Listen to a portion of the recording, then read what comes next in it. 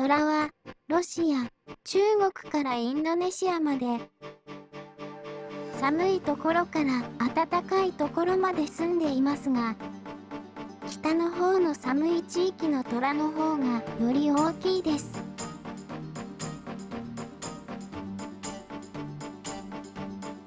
シベリア生息のアムールトラが大きく、インドネシアのスマトラ島に生息しているスマトラトラが最小です。アムールトラは全長3メートル、体重250キロの個体が記録に残っています。トヨタの IQ の長さが約3メートルです。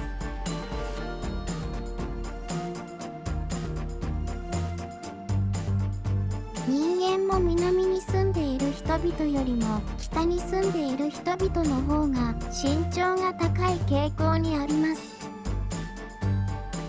これはベルクマンというドイツの生物学者にも研究されました。ベルクマンの法則と言います。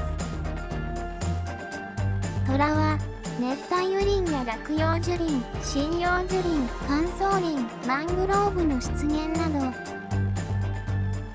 様々な環境に生息しています。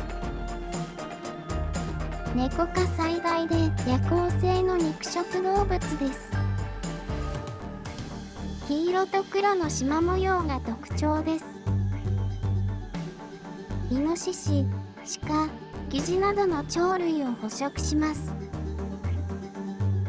野生のトラの寿命は8から10年と言われています。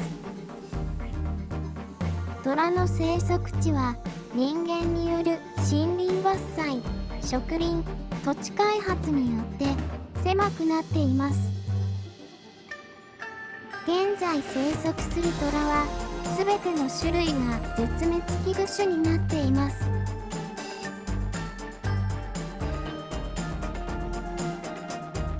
インドやネパールに生息するベンガルトラが稀に白色のトラを産みます。ホワイトタイガーと呼ばれています。トラ自体が世界で2000頭くらいしかいない中、ホワイトタイガーは250頭ほどしかいません。